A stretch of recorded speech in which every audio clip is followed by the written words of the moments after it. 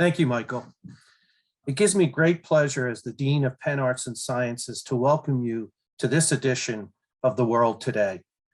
As the recent flooding in Philadelphia, the record-setting summer heat across the US, and the drought in California and the western half of the country all remind us the timeliness and importance of this event cannot be overstated. Our speaker today will share with us the importance of framing when it comes to climate change, and specifically, how crucial it is to emphasize both urgency and agency in the climate battle. That speaker, Dr. Michael Mann, is Distinguished Professor of Atmospheric Science at Penn State University. He has received many honors and awards, including NOAA's Outstanding Publication Award in 2002 and selection by Scientific America as one of the 50 leading visionaries in science and technology in 2002. He also contributed with other co-authors to the Intergovernmental Panel on Climate Change, which was awarded the 2007 Nobel Peace Prize. More recently, he received the 2018 Award for Public Engagement with Science from the American Association for the Advancement of Science and the 2018 Climate Communication Prize from the American Geophysical Union. Dr. Mann is the recipient of the 2019 Tyler Prize for Environmental Achievement, and in 2020, he was elected to the US National Academy of Sciences. He is author of over 180 influential publications and numerous books, the most recent of which is entitled The New Climate War, The Fight to Take Back Our Planet. Joining Professor Mann on stage to moderate today's talk is Professor Michael Weisberg, Senior Faculty Fellow and Director of Postgraduate Programs at Perry Worldhouse, as well as Professor and Chair of Philosophy here in Arts and Sciences at the University of Pennsylvania. He serves as Editor-in-Chief of Biology and Philosophy, Advisor to the United Nations Framework Convention on Climate Change, Nairobi Work Program, and directs Penn's campus-wide interdisciplinary research in Galapagos. Dr. Weisberg is the author of Simulation and Similarity, Using Models to Understand the World and Galapagos, Life in Motion, as well as contributing author to the Intergovernmental Panel on Climate Change's 6th Assessment Report. As the bios of our speakers and moderators suggest, we are in for an insightful discussion on an important and indeed profoundly important issue. So without further ado, please welcome Dr. Michael Mann and Dr. Michael Weisberg. Michael, the floor is yours. Thank you so much, Steve. It's really a pleasure to have you introduce us, and thank everybody here. And I'm really, really pleased just to add my welcome to Mike Mann, who is joining us for a second time at Perry Worldhouse. The last time was we didn't get to meet in person. Mike being this is also his, like mine, his ancestral homeland, Philadelphia. So it's also a pleasure to welcome you back to your real home base. I'm going to really turn the floor over to Mike to tell us a little bit about this theme of urgency and agency, which I think is a really profound one and is threaded through his book.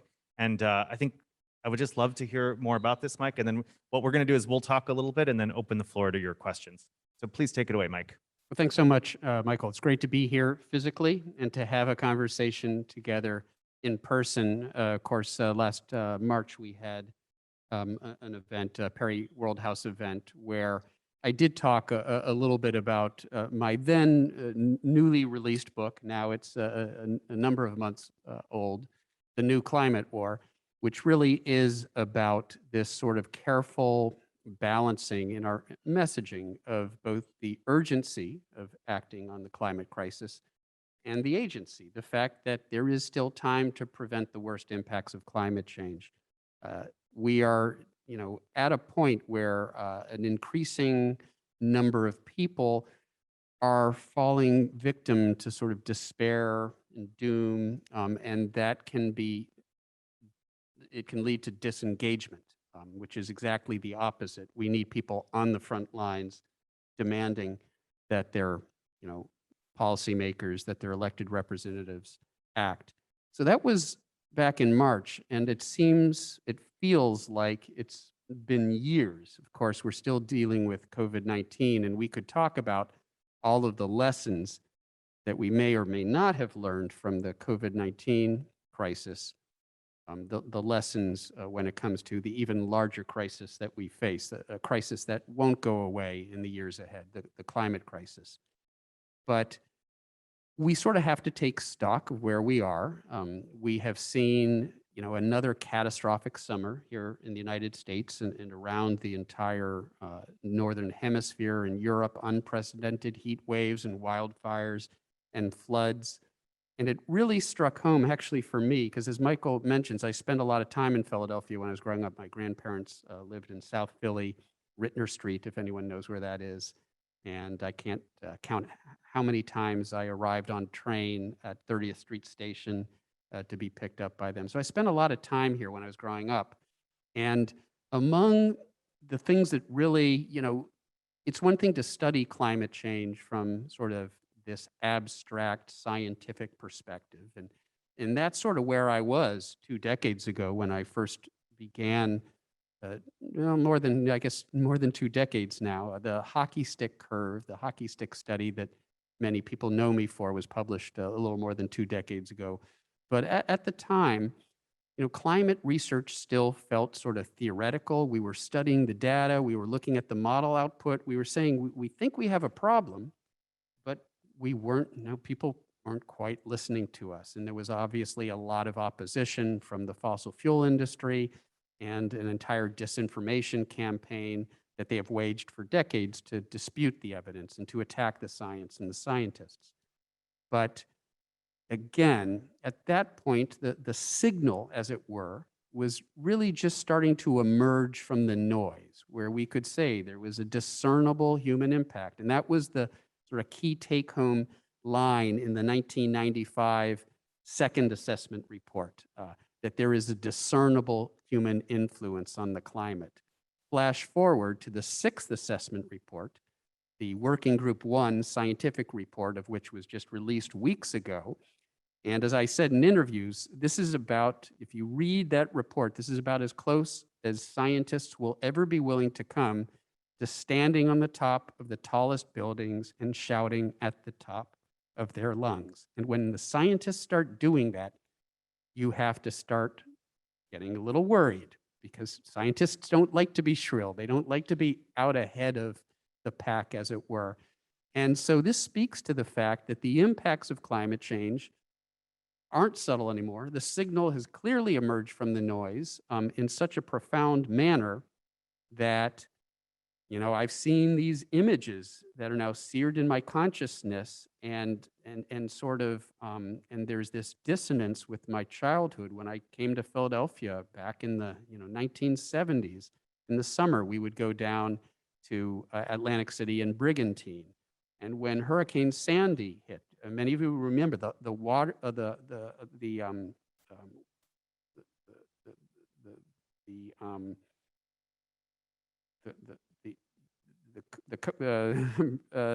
roller coaster, that was out, had been washed out to sea. I remember that roller coaster from when I was growing up as a child. Climate change really started to hit home for me. These were childhood memories that were now, in a way, that were coming into conflict with scenes that I was seeing. A year and a half ago, I was down in Sydney, Australia for a sabbatical. I went down to Sydney, Australia to study the impacts of climate change on extreme weather events in Australia. In December 2019, just as Australia was about to witness the most extreme weather they have ever seen. So rather than studying this and collaborating with other scientists, I spent my time watching this play out in real time, the devastating bushfires that blanketed the continent, that really changed the entire conversation about climate change in Australia. And I spent most of my time engaged in efforts to communicate the climate context for what was playing out. Didn't get as much research done as I would have liked. Then COVID hit, and I came back to the States.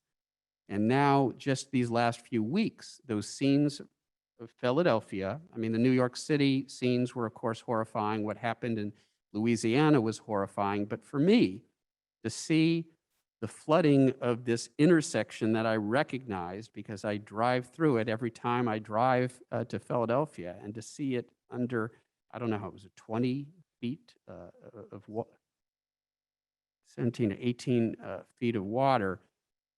Again, these jarring images, the kangaroos with the fires in the background. It's almost like a dystopian film that's coming true for us now. And you don't have to use your imagination anymore to understand the threat that climate change represents, the urgency that exists. But what is becoming more of a challenge, indeed, is the agency side of it, to believe that there is still an opportunity for us to do something. And the science tells us there is, as bad as it looks. We know that we can prevent many of the impacts, not all of them, from getting worse if we can stop the warming. And we also know that we can stop the warming if we bring our carbon emissions to zero. And that represents sort of a new understanding. A decade or more ago, the nature of the experiments we did were sort of artificial, where we would turn up the carbon dioxide knob in the model and just watch how the surface of the planet responds, how the oceans warm up. And what we found was that the oceans would continue to warm up for decades, even if we stopped emitting carbon. And so we believed that we were committed to decades of additional surface warming, even if we stopped emitting carbon. That was an error. It was an error on the part of the entire scientific community. And when I say an error, what I mean is our experimental design was not realistic, because that's not the real world. The real world isn't we turn up the CO2 knob. The real world is more like a sink where we turn up the faucet. And so, the water's coming out, but there's a drain, and the water's going through the drain. And if we turn the faucet off, what happens to the level of water? It doesn't stay where it is. It actually starts to drop. Once we stop adding water through the faucet, the drain causes the water level to drop. And it turns out that the oceans play that role with carbon emissions. If we stop putting carbon pollution into the atmosphere, the oceans, and to a lesser extent the terrestrial biosphere, but really the oceans will continue to draw up that CO2. And so CO2 levels will come down. That offsets this sort of delayed warming that we used to see in the old experiments. The two things pretty much cancel out, and you get a flat line.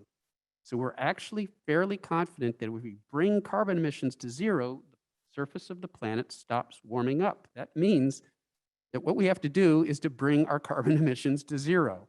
And we actually have a pretty good idea of how quickly we need to do that. If we want to avoid 1.5 degree Celsius, 3 degree Fahrenheit warming of the planet, where we will start to see, if you think we're seeing dangerous climate change now, it'll be that much worse once we sort of cross that dangerous threshold of warming.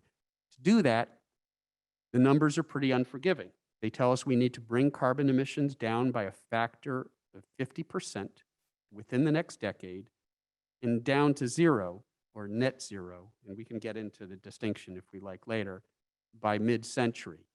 A lot of politicians want to talk about the zero in that mid-century, 2050, because that's sort of, in a sense, it's sort of a way to kick the can down the road.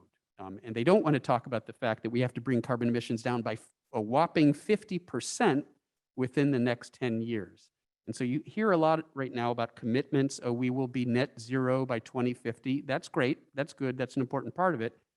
But we also need to bring carbon emissions down by 50% within the decade. And that requires immediate action. That we can't delay those decisions.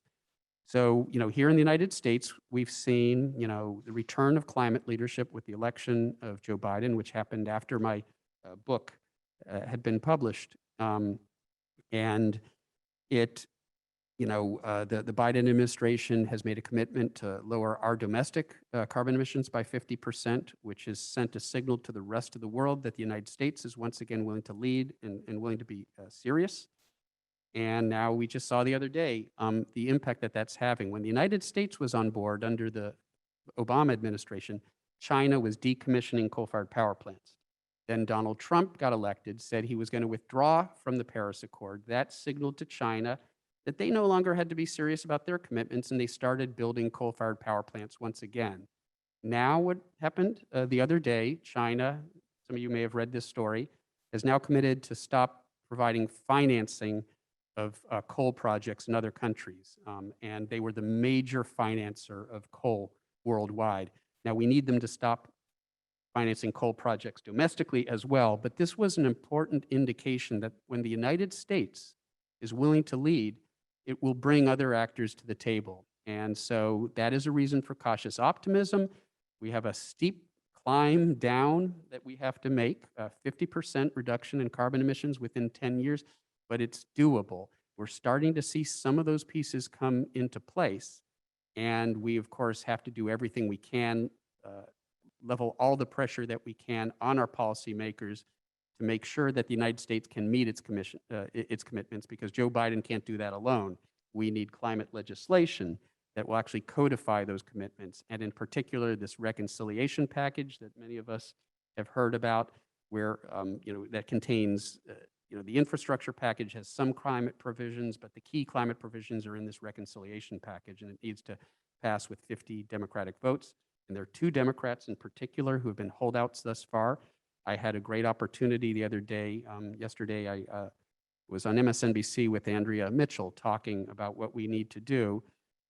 And I, said, I was very explicit, Joe Manchin and Kristen Sinema need to think about what they want their legacy to be, because right now there are 2 Democratic votes that stand in the way of us being able to meet our commitments, sending a message to the rest of the world, and really, I think, putting us on track to rise to the challenge. And I guess that's all I'll say.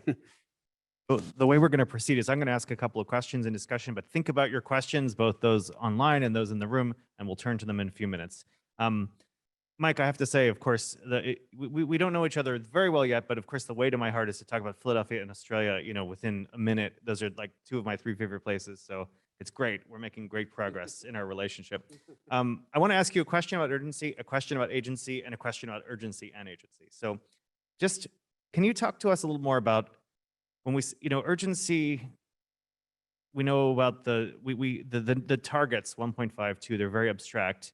I think it would be really helpful to hear more about, well, how bad is 1.5? How bad is 2? But 3.2, where we're heading, how bad would that be? Could maybe you give us a way of really understanding the urgency? Yeah, thanks. It's a great question. And, the reality is we have these somewhat artificial thresholds that we set where we define them as dangerous climate change. Well, if you're Philadelphia, dangerous climate change is here. We've seen it's arrived. If you're Atlantic City, dangerous climate change has arrived. If you're New York City, dangerous climate change has arrived. If you're California, dangerous climate change has arrived. If you're Oregon, dangerous climate change has arrived. If you're any low-lying island nation in the world or a low-lying country, dangerous climate change has arrived.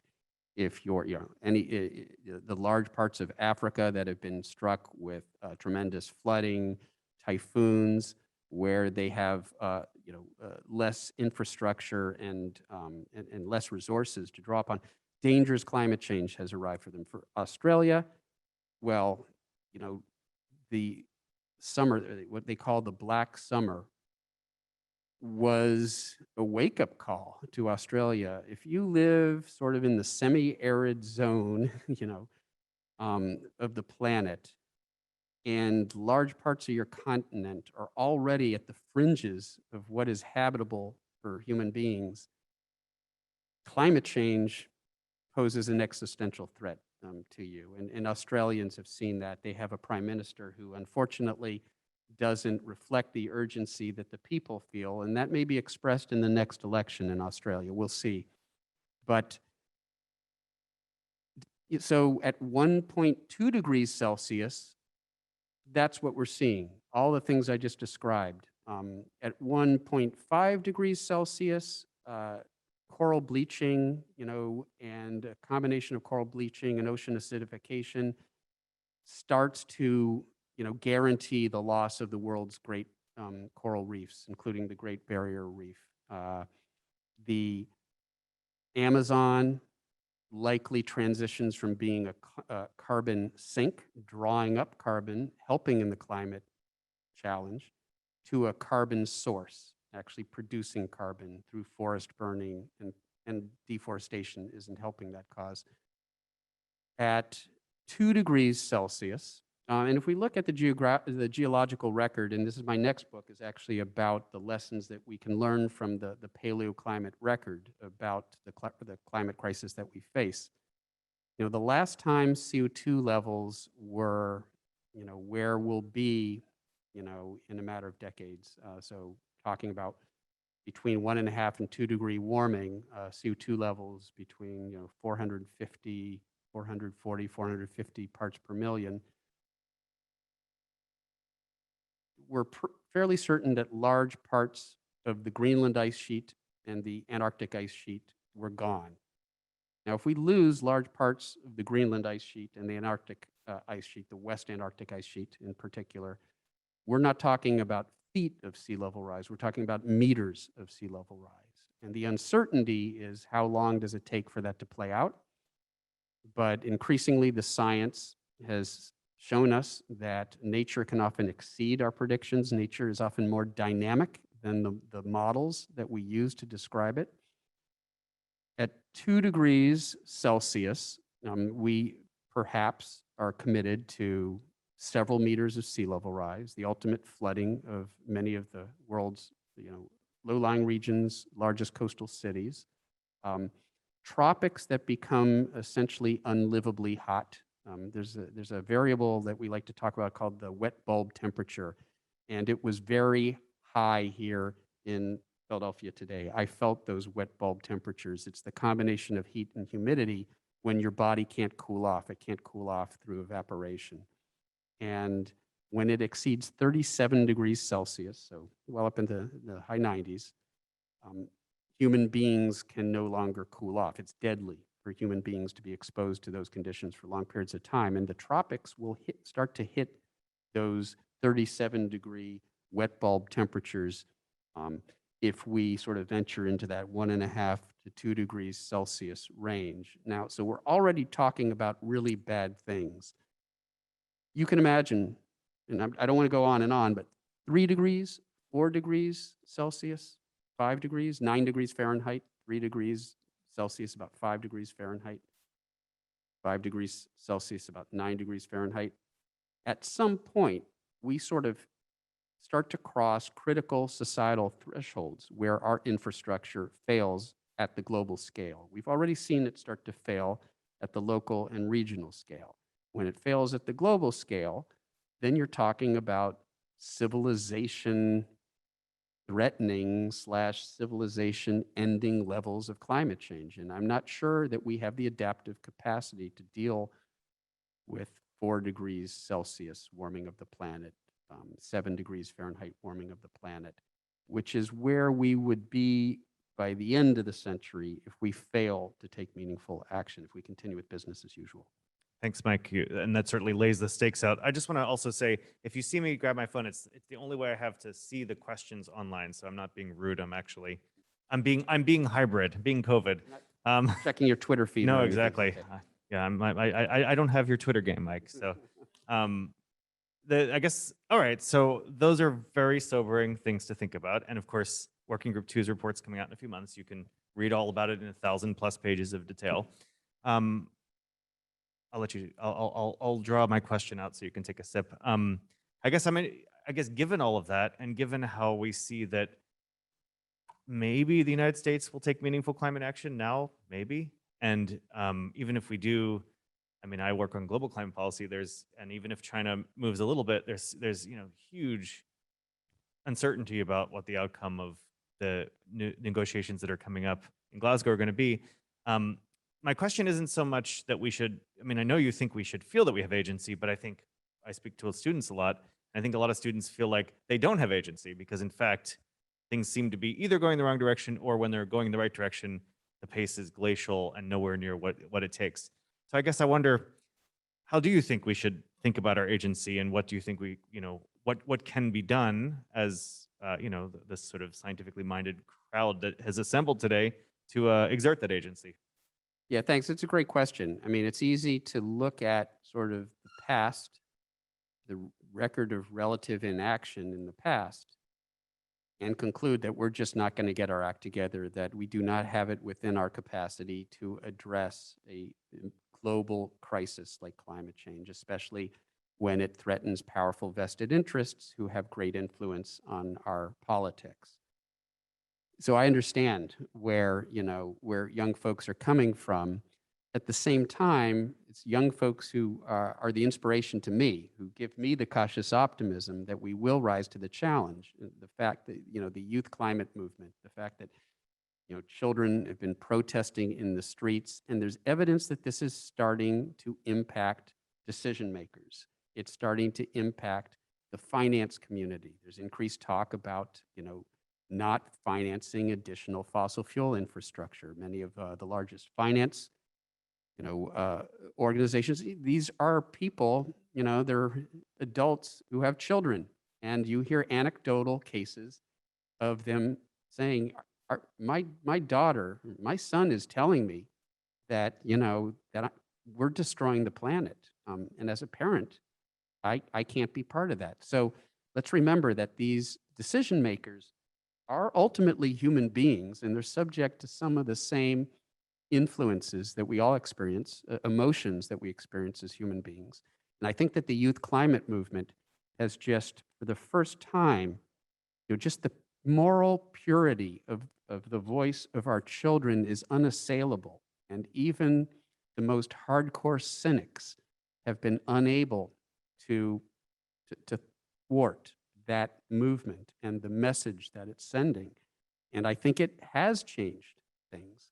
I think that, Joe Biden took a much harder line on climate than many expected him to. The many younger climate voters supported Bernie Sanders. They really didn't think that Joe Biden was going to do anything, and he surprised them. But I think he recognized that part of why he won was that large numbers of younger voters turned out, and many of them were voting on climate. Climate was the #1 or #2 issue cited in importance among Democratic voters in the last election. And I actually think that Joe Biden thus far has been more aggressive on climate than Barack Obama was. And it's appropriate to be more aggressive. I mean, we are, now 8 years, 12 years, further down this road. But that gives me some optimism in the fact that we're seeing China, again, come back into the fold. We saw a bold commitment. Now, again, and we can talk about this, there is the implementation gap, the gap between what politicians are pledging and what is actually happening on the ground. And we can talk about, pipeline projects, no less conservative an institution than the International Energy Agency, which has always been very conservative on issues of energy, has come out and said that we can still prevent a catastrophic 1.5 degrees Celsius, 3 degree Fahrenheit warming of the planet, but it requires that there be no new fossil fuel infrastructure. And that means the decision to continue to lay down pipelines is in conflict with a commitment to keep warming below that level. And so what that tells us is we still need to leverage a whole lot more pressure. There's a huge amount of pressure, still from the pollution lobby, from the carbon polluters. And they, have, Joe Manchin, one of the 2 Democrats who's standing in the way of the passage of this reconciliation package, has received a lot of money from the fossil fuel industry. So we still have some real political battles to be waged, and we need to use our voice in every way possible to put as much pressure as we can. I tried to do that yesterday with the voice that I have and the opportunity that I had to speak to that. But, so make no mistake, this is still a monumental battle because we are doing battle with the world's most powerful special interest, the fossil fuel industry. And we have to use every tool at our disposal if we're going to win this battle. I was going to ask you a third question, but there's so many good questions already, and I know that the people in the room have them. I will just say, instead of asking that I greatly admire the urgency and agency framing, because I think it's important. I mean, as you say, it's so important to do both. So I have now questions from the online audience. Please keep them coming in Zoom, but also if you would like to ask a question in the room, there are microphones on the two sides. Don't get too close to each other, but please do go up to the microphones. What I'll do is I'll go back and forth between the online audience and the in the room audience. And let me just start with an online question. Basically, it asks, it's been said that part of the problem is that scientists don't understand politics, and scientists issue warnings, but that's not enough because they don't get involved. So do you believe that more scientists, you, Michael Mann, need to go beyond their conventional roles and move further into advocacy and even activism? Well, thanks for that question. I suppose it might be a rhetorical question. I think, probably it's pretty obvious that I have decided to breach that sort of that boundary between scientist and advocate. And there's a rich tradition of scientists doing that. And one of my great inspirations as a child was Carl Sagan, who recognized that there was nothing inconsistent in being an advocate. I mean, we're all advocates for something. When we express opinions, we are advocates. And to not at the very least advocate for a fact-based, objective public discourse over the greatest challenge that we arguably face as a civilization, no scientist should have to apologize for advocating for that. Now, we have to make a decision, and it's up to each of us to decide where our comfort zone is. I have colleagues who have gotten arrested at protests, pipeline protests, and one colleague, a famous climate scientist, James Hansen, who got arrested with the actress Daryl Hannah some years ago when they were protesting a mountaintop removal coal project. There's a role for civil disobedience. There's a role for that. And each of us ultimately has to decide where our comfort zone is along that continuum from impartial science, if that even is possible, to somehow, the sort of impartial, unfeeling scientist to a human being who cares about the world that we leave behind for our children and grandchildren. I have chosen to, cross boundaries that some colleagues wouldn't be comfortable with. I have campaigned for politicians, most famously, I suppose, for Terry McAuliffe for governor of Virginia. His opponent, Ken Cuccinelli, when he was Attorney General of Virginia, issued a civil subpoena against me and the University of Virginia, try to get a hold of my personal emails to discredit my science. And so you might say I had a stake in trying to make sure that he not become governor of the great Commonwealth of Virginia. And so I have waded into politics. And as I said just yesterday, I did name names, on MSNBC, calling out two current holdouts in the Democratic Party with respect to this climate legislation that needs to pass. So what I would say is, again, we each have to be comfortable in our own skin, find our voice. And for some scientists, that's just going to mean doing the science and publishing the science. I would not want to create a system where every scientist had to be out there trying to communicate to the public. I can tell you, I know some scientists who absolutely should not be out there trying to communicate to the public, but they do a wonderful job doing science and publishing it and advancing, our understanding. So there's a role for, scientists who just want to do the science, publish the science, but we have to provide opportunities, and we have to provide recognition and incentives for scientists who have the proclivity and interest in speaking about the implications of the science and taking part in the public discourse. My view is we have to provide resources within the academic world, within the scientific world, for scientists who want to do that. so that they have the opportunities to do that. We need scientists who can be spokespeople and who can be ambassadors to the public at large. And as I said, some of my great role models were scientists of that sort, like Carl Sagan or Jane Goodall, for example. Mike, Sam, Hi. Thank please you. speak really closely into the microphone. Really closely into the microphone. Hello. Hi, Mike. Thank you for being here, especially because you're you're not the climate communication OG, but you're one of them. And related to that, I have a conundrum I thought I would ask your help with. I'm new to the climate field, and in my few years feeling like I'm really engaged with it, I have come to feel like there's a blind spot in what we're doing. I see a lot of planning and thinking about how to adapt to the marginal change, to the 1.5, to the next thing, that comes after where we are right now. But there's such a black box around, how do we really adapt and live with a 2-degree world or a 3-degree world, which is not necessarily where we're going, but it's possible that it's where we're going. And so it's worth preparing and figuring that out now.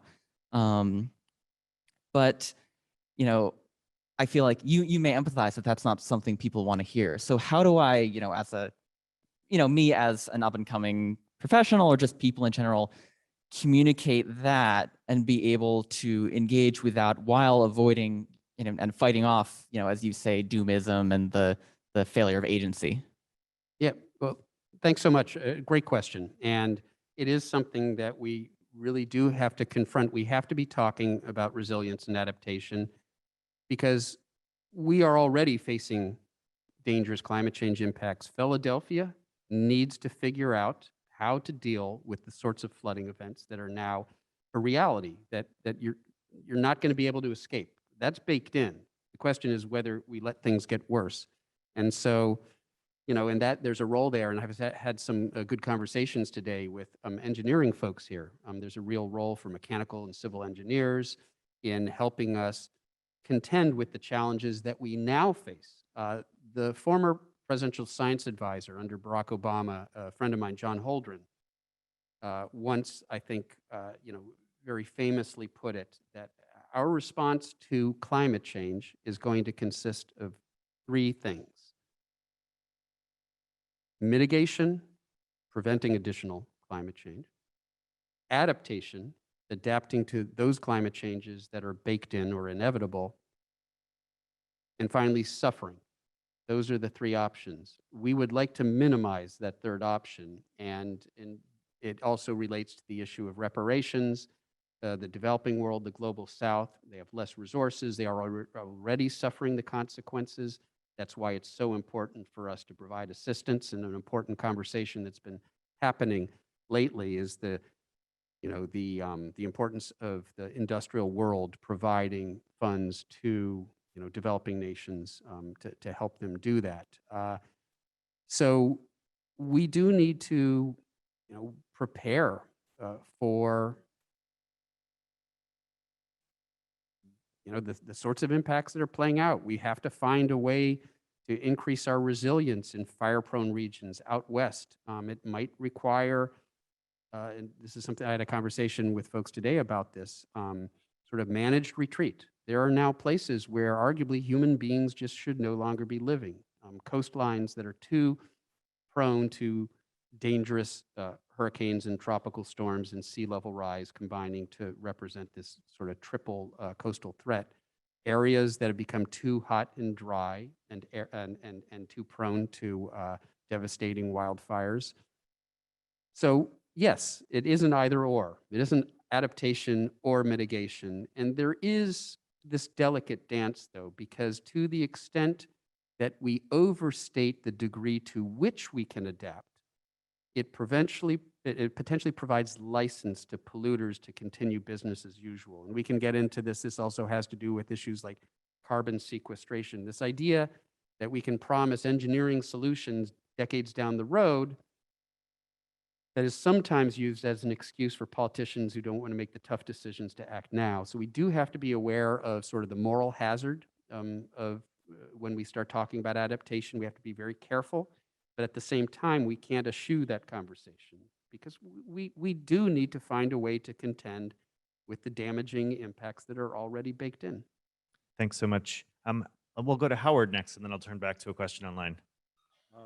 Well, first of all, let me thank you so much for what you have been doing. Come closer, Howard. What? Just come closer to the mic. Okay, let me say that again. Let me thank you for what you have been doing to really promote this issue. And my question for you is the following, and a comment. We know that people are paying attention to climate change now in ways that they haven't done before. But the challenge, and I think you've posed it, is how do we get people to take the kind of action that is absolutely necessary? We're hoping, as you said, that the political process will take a life that will help along. But let me focus on all of us as the public and give you an example to highlight what I have in mind. We know, as you have emphasized and others have, solar is something we should be really focusing on today in a way that will really help, not only on the mitigation side, but on the adaptation, because it's competitive with other fuels. And yet we find that very few people are adopting, for example, solar panels. We find that they talk about the fact it's important, and we've chatted with a number of people, and they'll find a reason or two that they can't quite do it now. And I think the question that I want to pose to you is, how do we move from the notion of people, all of us paying attention, to adopting these measures and setting a social norm that we would say, this is what we should be doing. That'll help politically, as we know. If we have a social norm that solar is in, that will help, I think, in a way. And the challenge, I think, is how do we get to that? How do we develop the short-term incentives so that we are myopic, we don't want to think about, we're optimistic, we have a whole set of reasons why we don't want to do these things. And I'm wondering if you could share with us some of your thoughts on how we move to getting to the position that you would like to, and I have children and grandchildren, so I know what you're saying, and I say that all the time, but it goes only so far. Yeah, well, thanks for that question. It's a really important one. It's one we all wrestle with. What is the combination sort of individual behavioral change and systemic change in policy? And as I always like to emphasize, it's not one or the other, it's both.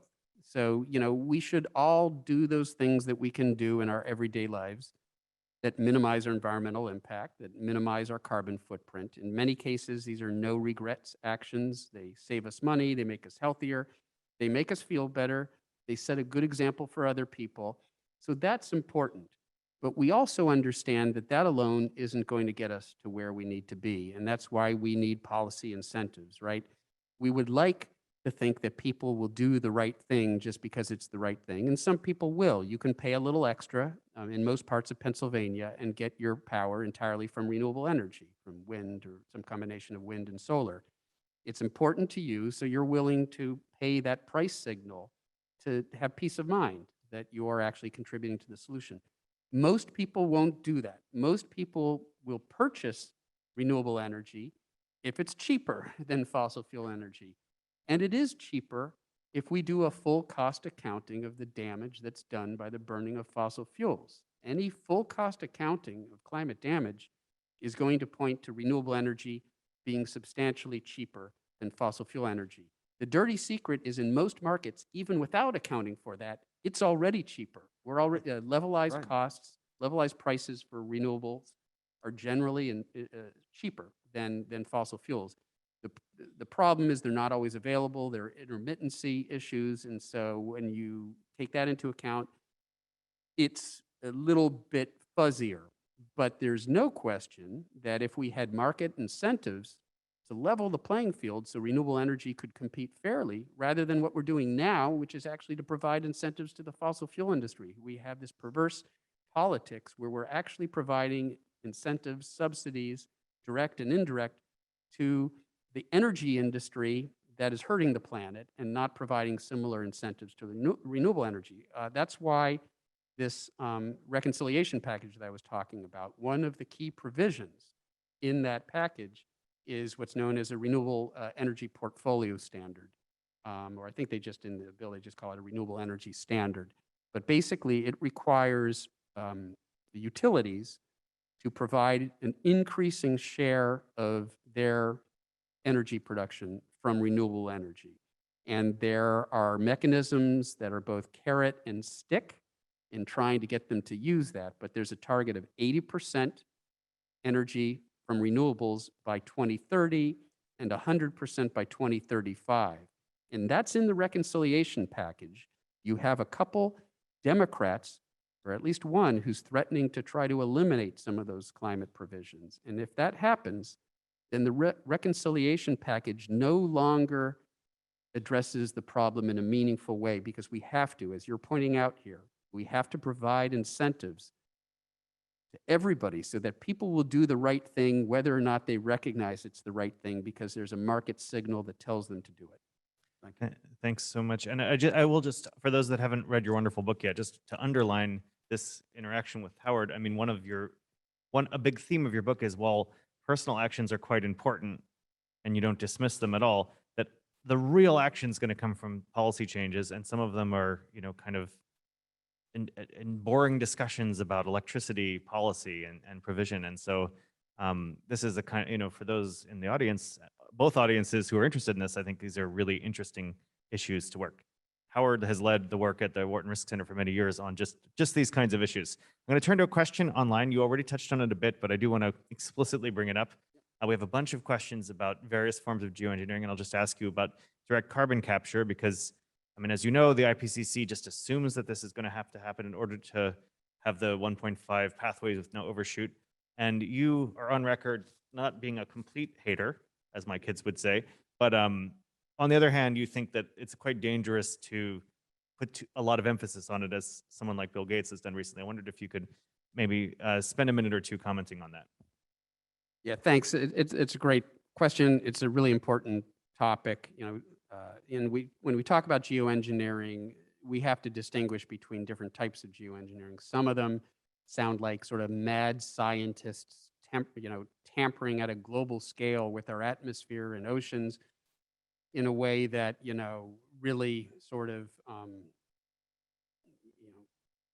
speaks to the threat of unintended consequences.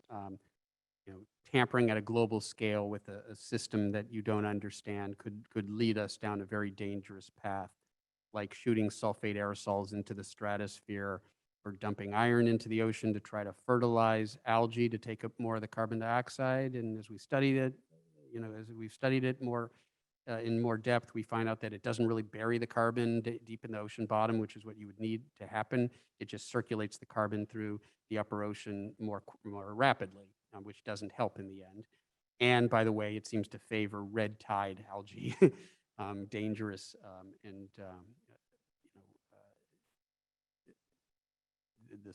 the kinds of algae that we don't want to see flourish in the oceans. So many of these schemes come with serious potential devastating consequences. The title of my chapter on geoengineering in my book, The Madhouse Effect, and I think there's a similar subtitle in the section of my new book, geoengineering, or what could possibly go wrong. That having been said, some of the forms of geoengineering involve, for example, direct air capture, where we're extracting carbon dioxide from the atmosphere.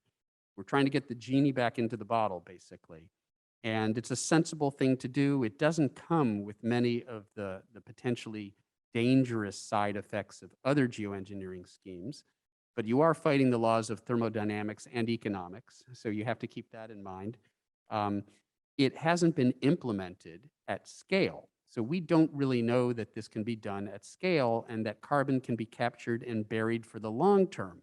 So there are real questions about the long-term efficacy of carbon burial through carbon capture and sequestration. And you do have some politicians like Scott Morrison of Australia, who, Australians expect their prime minister to at least talk the talk. But Scott Morrison tries to talk the talk. He doesn't do a good job even of that, but he's certainly not walking the walk. And so he'll talk about, well, yeah, we'll be net zero by 2050, and yeah, we'll use carbon capture and sequestration.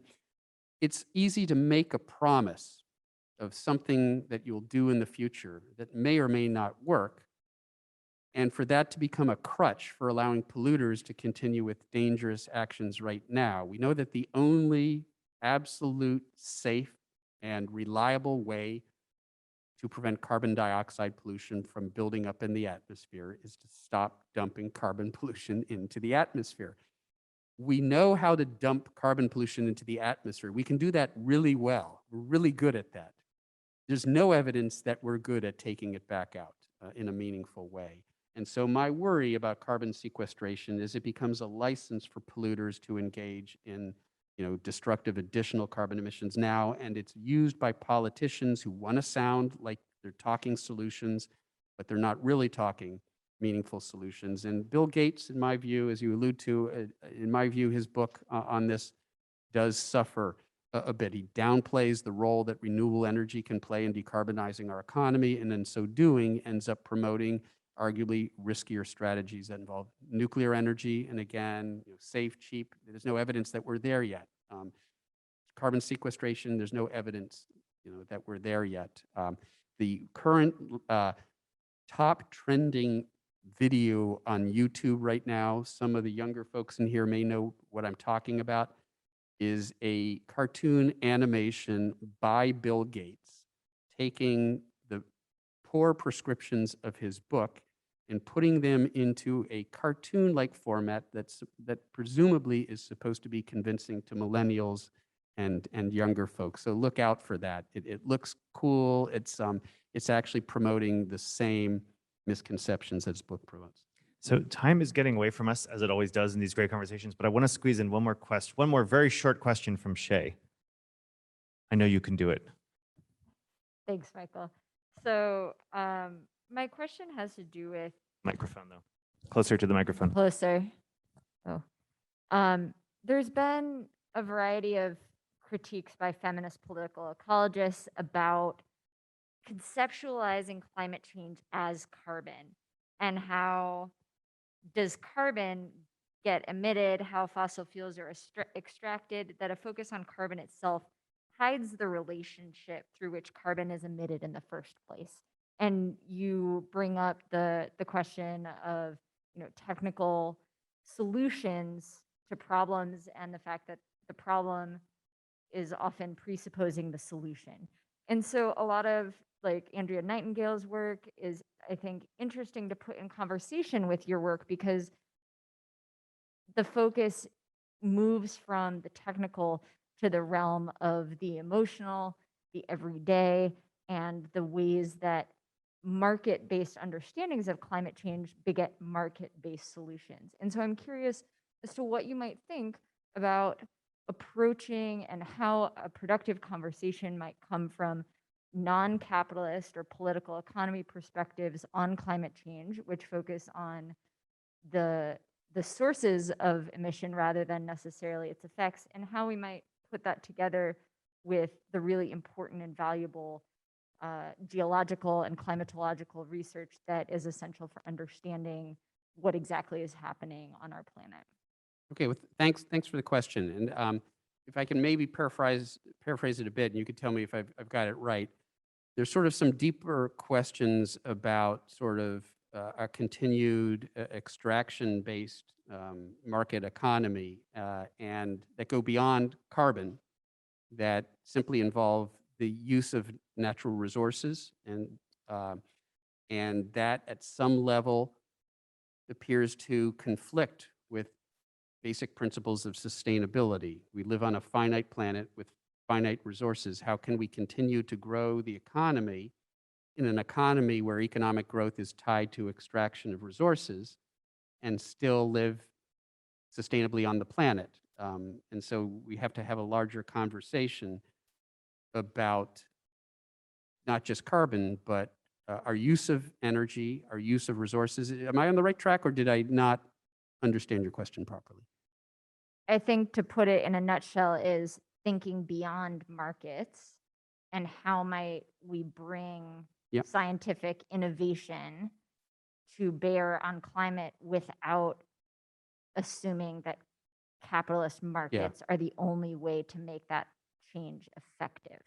Yeah, so and I think we're converging on the same thinking here. The fact that we live in a market economy that where we seek to maximize growth, economic growth tied to the use of resources.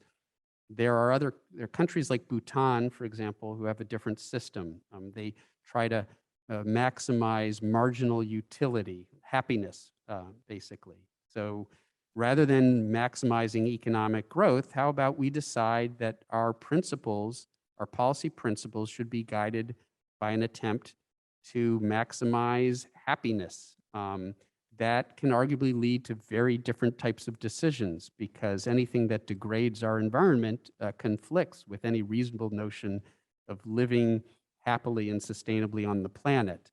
And so what I have argued when it comes to the climate crisis is that, as I said before, the numbers are unforgiving. We've got to bring carbon emissions down by 50% within the next decade. I would like to think that we could, solve all of the world's pressing problems in a decade, but we probably can't. We probably have to work within the system that exists now to accomplish that, to accomplish something that is so near term, while we can still have a guiding principle of ultimately trying to move away from an extractive, market-based economic system, in recognizing that ultimately, capitalism, at least in its current form, may not be compatible with a sustainable existence on this planet. We may need to transition to something different. I don't think it's going to happen in 10 years. And I think we need to act dramatically on the climate crisis now, which is why I advocate for working within the market system, using market mechanisms like carbon pricing and subsidies for renewables or a clean energy standard. These are all market mechanisms. Using those mechanisms to act now, but while recognizing that we have some more fundamental challenges that we need to address that are tied to our continued extraction of natural resources, and which ultimately do threaten a sustainable existence on this planet. Thanks so much, Mike. I want to say that it's really been a great pleasure to sit here, and this hour has, I don't know where it's gone. These great insights has been wonderful to share with you. We've only scratched the surface on all of these things, let alone all of the global policy implications and all the questions that we wanted to ask you about COP26. So we're going to have to spend more time with you. If you in the audience would like to spend a little bit more time with Mike, he's giving a technical talk tomorrow in the auditorium in Lynch Hall at 3 o'clock. Is that right, Brenda? And so can you remind me the title of that talk, Mike? Or approximately. Yes, it's the impact. It's nothing. It's a more technical talk, and so the title of the talk isn't as exciting as we try to make the titles of public lectures and such. But the impact of climate change on extreme summer weather events, and I don't have to tell you that is very relevant to what we're living through right now here in Philadelphia. And I think that that title does sound very exciting to some of us, but everybody has different tastes perhaps. But let me say, again, it's really been a pleasure to have you join us again at Perry Worldhouse for this conversation on such critical issues. I want to thank all of you in person and in our virtual audience for joining us and also bearing with us as we learn how to do these hybrid events. This is a new world that we've all been thrust into. And we hope to also see many of you next week on October 5th, in 2 weeks, on October 5th, when we'll be hosting a talk by 4 former US ambassadors to the Middle East on the future of strategic partnerships in the region. More information and links to register for that are in the chat for those of you who are online, or for those of you in the audience, you can find that information by visiting the Perry Worldhouse website. As always, you can access a recording of this conversation on our YouTube channel and can find out about all of the other upcoming Perry Worldhouse events by joining our mailing list and following us on social media for great pictures of Mike and great pictures of me, including the Aussie boots, and up-to-date information on critical contemporary global affairs and public policy issues. We've dropped links to these in the chat. And thank you again, all of you, for taking this time on a very rainy, difficult time of the semester. I also want to acknowledge Simon Richter in the audience, the grandfather of Climate Week. This was one of the great bookend events on the week, and it's just been fabulous to be on a campus where just a few years ago, I think this issue was struggling to have a voice, and now we've had so many great events this week, and I really thank you for your leadership. Simon, thank you all of you for joining us. Thanks again, Mike. Pleasure to see you all. Bye-bye. Thanks, everyone.